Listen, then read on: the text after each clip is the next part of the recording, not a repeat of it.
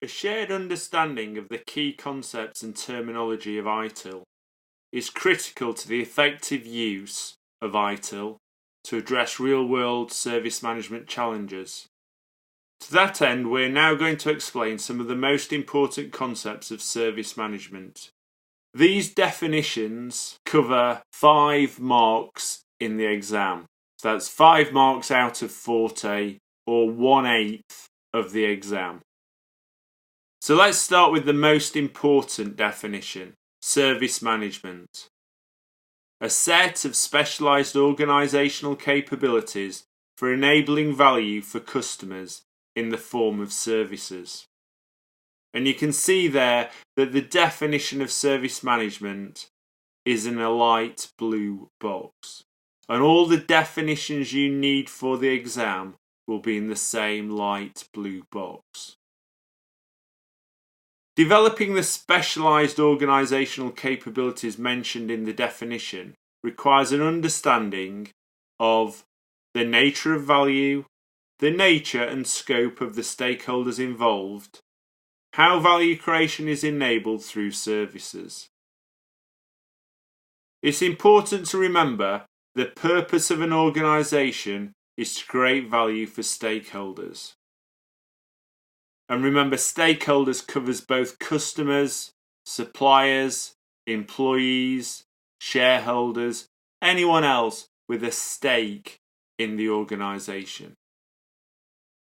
What do we mean by value? Value is the perceived benefits, usefulness, and importance of something. And that will vary for different stakeholders and for any individual stakeholders at any given time. An important change with ITIL version 4 is the recognition that organisations co-create value. An IT service management organisation, a service supplier, facilitates the value creation for their consumers, for their customers. What do we mean by organisation? A person or a group of people that has its own functions with responsibilities, authorities, and relationships to achieve its objectives. Organisations vary in size and complexity and in their relation to legal entities, from a single person or a team to a complex network of legal entities united by common objectives, relationships, and authorities. So an organisation could be a single individual working as a limited company, or a multinational organisation with hundreds or thousands of offices worldwide in many, many countries. How is value created? There was a time when service providers saw their role as delivering value to their customers in much the same way as a package is delivered to a building by a delivery company.